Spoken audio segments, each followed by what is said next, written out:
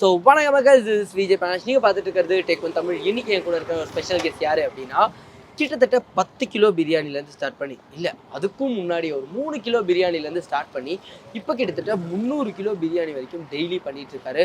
அதுவும் college orders தாண்டி எங்கெங்கேயோ இருந்து இவரை தேடி வந்து சாப்பிட்றாங்க. அதுவும் இன்ஸ்டாகிராமில் இவர் ஜூசி பிரியாணிப்பா அப்படின்னு சொல்கிறதுக்கு நானுமே ஒரு பெரிய ஃபேன். சரி, இன்னைக்கு யாரை பார்க்க போறோம் அப்படின்னா, அப்பு கடை பிரியாணியோட ஓனர் அப்பு அவர்கள் தான் பார்க்க போறோம். யாருமே எந்த ஐடியா எனக்கு கொடுக்கல. நம்மளா யோசிச்சு ஒன்று பண்ணது தான். வெளியே இருக்கிறவன் எங்கெங்க வந்து ஒன்று பண்ணுறவங்களாம் நம்மளை மைண்டில் ஏற்றின வேஸ்ட்டு பிரதர். கரெக்டாக. நம்ம கூட ஊரில் இருக்கான் பார்த்தீங்களா, அவங்க ஃப்ரெண்ட்ஸ் இருக்காங்க பார்த்தீங்களா, அவனுங்கெல்லாம் தான் பண்ணால் ப்ராப்ளம். அந்த மாதிரி இங்கே நிறைய இருக்குது எனக்கு. அந்த ஒரு நம்ம கடையாண்ட இந்த எலுமிச்சப்பழம் சூனியெல்லாம் வைப்பாங்க.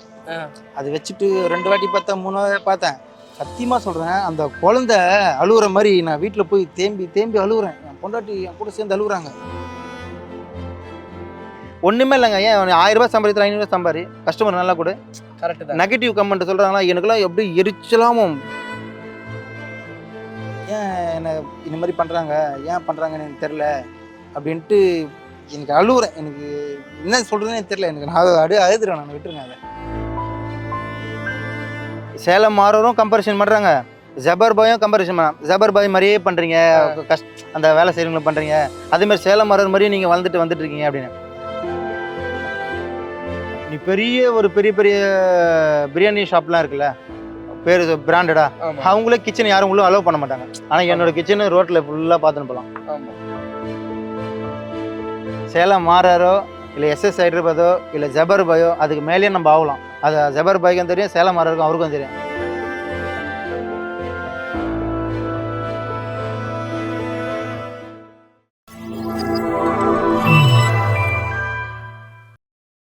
பிரியாணி கடை ஐடியா எல்லாம் ஓகேண்ணே. ஆனால் இப்படி ஒரு கடை ஆரம்பிக்கலாம், அதை இங்கே ஆரம்பிக்கலாம், இத்தனை ரூபாய்க்கு கொடுக்கலான்னு ஒரு ஐடியா உருவாயிருக்குல்ல, அது எப்போ உருவாச்சு? இல்லை வேற யாராவது கொடுத்த ஐடியா? யாருமே எந்த ஐடியா எனக்கு கொடுக்கல. என்னோட சர்க்கிளில் நான் போயிட்டு எல்லா இடத்துலையும் பிரியாணி சாப்பிடுவேன். அப்போ வந்து இந்த ரைஸ் என்ன ரைஸ் போடுறாங்க, இதில் என்ன யூஸ் பண்ணுறாங்க, இது என்ன யூஸ் பண்ணாங்க எனக்கு தெரியும். ஒன்றே இன்றைக்கி வந்து ஒரு 100 ரூபா பிரியாணி யூனிட் அரிசி யாருமே கொடுக்கல. அதை நான் வச்சு சொல்லுவேன். அதை வந்து நீங்கள் தான் கொடுக்குறீங்க? நான் தான் கொடுக்குறேன். ஸ்பெஷலாக யூனிட் அரிசி யாருமே 100 ரூபா பிரியாணிக்கு யாருமே கொடுக்கல, நான் தான் கொடுக்குறேன். என்னை வீடியோவில் பார்த்துனா இப்போ மாறி இருப்பாங்க நிறைய பேர். இது போடலாம் ஒன்றுமே இல்லைங்க. ஏன் 1000 ரூபாய் சம்பாதித்து 500 ரூபாய் சம்பாதி, கஸ்டமர் நல்லா கொடு. கரெக்டு. நெகட்டிவ் கமெண்ட் சொல்கிறாங்களா, எனக்குலாம் எப்படி எரிச்சலாமும் வெறியாயிடும். எனக்கு இன்ன வரைக்கும் ப்ரெஷர் வந்துட்டு இருக்கு.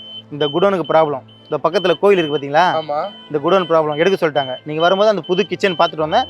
பெரிய கிச்சனு வேற லெவலில் பண்ண போகிறேன். அந்த ஒரு டெவலப் இருக்கு, இன்னும் இருக்கு. கோயிலேருந்து பிரச்சனை பண்ணக்கூடாது, இங்கே பண்ணக்கூடாது. வெளியே இருக்கிறவன் எங்கெங்க வந்து பண்ணுறவங்களாம் நம்மளை மைண்டில் ஏற்றின வேஸ்ட்டு பிரதர். கரெக்டாக. நம்ம கூட ஊரில் இருக்கான் பார்த்தீங்களா, அவங்க ஃப்ரெண்ட்ஸ் இருக்காங்க பார்த்தீங்களா, அவனுங்கெல்லாம் தான் பண்ணால் ப்ராப்ளம். அந்த மாதிரி இங்கே நிறைய இருக்குது எனக்கு. அந்த ஒரு நம்ம கடையாண்ட இந்த எலுமிச்சப்பழம் சூனியெல்லாம் வைப்பாங்க. அது வச்சுட்டு 2 வாட்டி பார்த்தேன், 3 வாட்டி பார்த்தேன். 2 வாட்டி பார்த்தேன், 3வது வாட்டி வந்து பார்க்குறேன். எனக்கு பெருக்கிறேன்.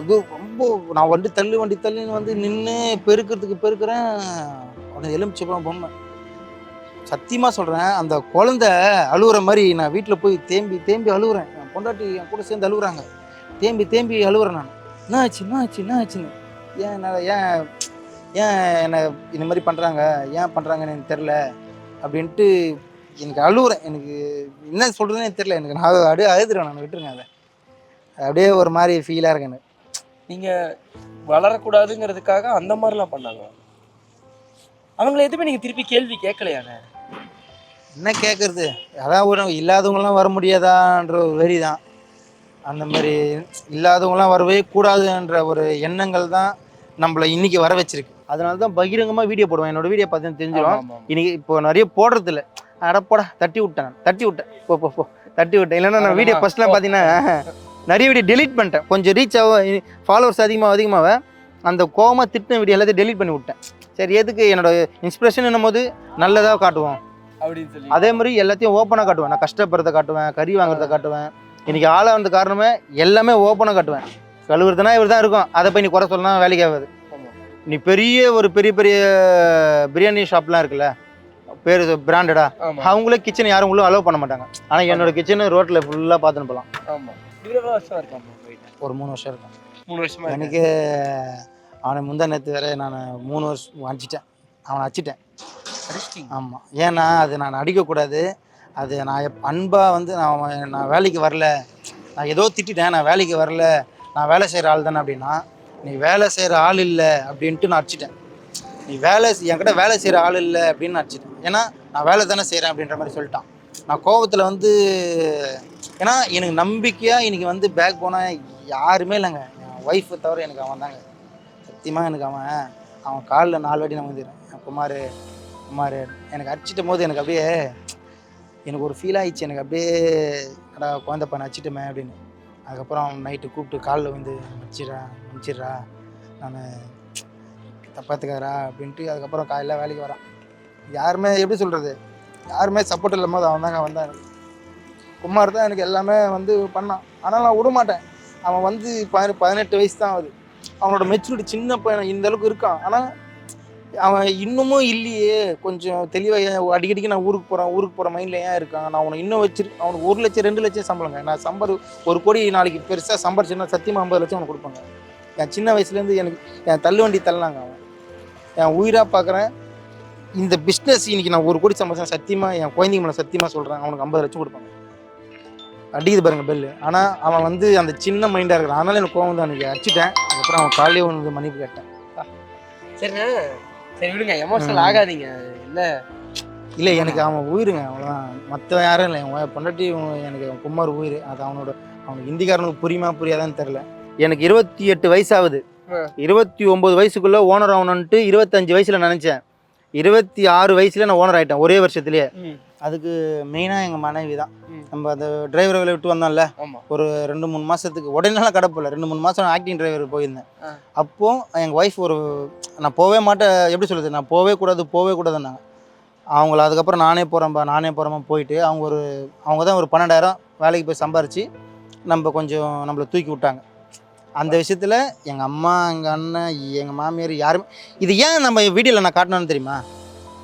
1/4 சவரம் மோந்திரம் போடல எங்கள் மாமியார் வீட்டில். பகிரங்கமாக சொல்கிறேன், யாரும் ஒன்றும் பண்ண முடியாது. வீடு வாசலில் இல்லாத பையனை நீ கல்யாணம் பண்ணுற நல்லா இருப்பேன்னு கேட்டாங்க. எப்படி வீடு வாசலில் இல்லாத பையனை கல்யாணம் பண்ணிப்பேன்?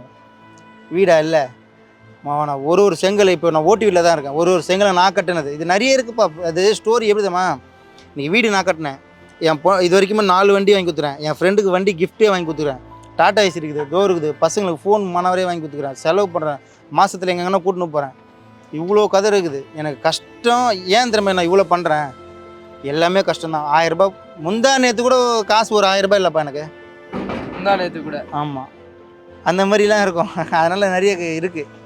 அதெல்லாம் கடந்து தான் வரணும். 30 வயசுக்குள்ளே ஒரு ஸ்டேபிளாக இன்னும் ஒரு 20 பேருக்கு வேலை கொடுத்து நல்லா ஆகணும்னு நினச்சேன். கண்டிப்பாக என்னால் ஆக முடியும். கிண்டல் பண்ணுவாங்க, நான் ஸ்டேட்டஸ் இப்படி போடுறான். இன்றைக்கி நம்ம போனால் அவர் தான் அப்பு போகிறார், அப்பு கடை பிரியாணி போகிறாரு. என்னோடய வருமானம் என்னென்னா, ஸ்டார்டிங்கில் ஒரு 5 கிலோ, அதான் இப்போ என்னோடய வருமானம் 1 கிலோக்கு 5 கிலோக்கு 1000 ரூபா. 5 கிலோக்கு 1000 ரூபா.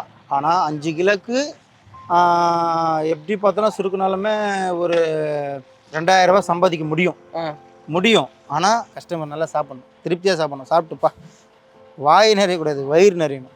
அந்த வாழ்த்துக்கள் தான் நம்மளுக்கு. இதெல்லாம் சேலம் மாறரும் கம்பேரிசன் பண்ணுறாங்க, ஜபர் பாயும் கம்பேரிசன் பண்ண. ஜபர் பாய் மாதிரியே பண்ணுறீங்க, அந்த வேலை செய்கிறவங்களும் பண்ணுறீங்க, அதேமாதிரி சேலம் மாறர் மாதிரியே நீங்கள் வந்துட்டு இருக்கீங்க அப்படின்னு. சேலம் மாறர் அவருக்கு அந்த இயரில் அவர் புதுசாக உள்ளே வந்தார், பிரியாணி ஷாப்புன்ட்டு ஒரு ஆப்பர்ச்சுனிட்டி கிடச்சிது. இப்போது ஜபர் பாய் பாய் இந்த வீடியோ பார்த்தீங்கன்னா எனக்கு ஒரு டவுட்டு. நானும் நீங்கள் சேனல் ஆரம்பிக்கும் போது நானும் ஒரு பிரியாணி கடை ஆரம்பித்தேன். அது நீங்கள் சொல்லியிருந்தீங்க, நான் போய் செக் பண்ணேன். ஒரு 2-3 மாதம் டிலே இருந்திருக்கலாம். நீங்கள் எப்படி போய்ட்டு திடீர்னு ஒரு பெரிய கடை வைக்கிறீங்க, அங்கே ஒரு வீடு வாங்குறீங்க, ஒரு பெரிய கார் வாங்குறீங்க? சத்தியமாக இது இந்த தம்பிக்கு இருக்குது. இப்போ இந்த தம்பி என்ன கேட்குறாரு, இந்த கேள்வி நான் உங்களை கேட்குறேன், எப்படி டக்குன்னு பண்ண முடியும்? அது ஃபினான்ஷியல் கண்டிப்பாக இருக்கும் பிரதர். ஆனால் நம்மளுக்கு அந்த ஃபினான்ஷியல் இல்லை. அந்த மாதிரி இருந்தால் நீங்கள் சொல்கிற மாதிரி சேலம் மாறாரோ இல்லை SS ஹைதராபாதோ இல்லை ஜபர் பாயோ அதுக்கு மேலேயே நம்ம ஆகலாம். அது ஜபர் பாய்க்கும் தெரியும், சேலம் மாறருக்கும் அவருக்கும் தெரியும். அவங்க எல்லாம் நம்மளோட குரு தான். குருனா கற்றுக் கொடுக்கல, அவங்கள பார்த்து நம்ம கற்றுக்குறோம். இந்த ஒரு பேட்டி வந்து எனக்கு ரொம்ப சிறப்பாக இருந்ததுன்னா பலருக்கும் மோட்டிவேஷனாகவும் இருக்கும்னு நினைக்கிறேன். பிகாஸ் அந்த அளவு வந்து உங்களை இன்ஸ்பைரிங்காக நிறைய பேர் பார்க்குறாங்க. ஸோ நீங்கள் சொன்ன மாதிரி அதாவது இந்த ஆர்ஆர் பிரியாணி, எஸ்எஸ் பிரியாணி இதெல்லாம் தாண்டி அப்பு பிரியாணி ஒரு நாள் ரீச் ஆகும்னு சொன்னீங்க பார்த்தீங்களா, அந்த இடத்துக்கும் நீங்கள் வரணும்னு நாங்களுமே ஆசைப்படுறோம். இந்த ஒரு பேட்டிக்கு ரொம்ப ரொம்ப நன்றி. நன்றி. Thanks sir.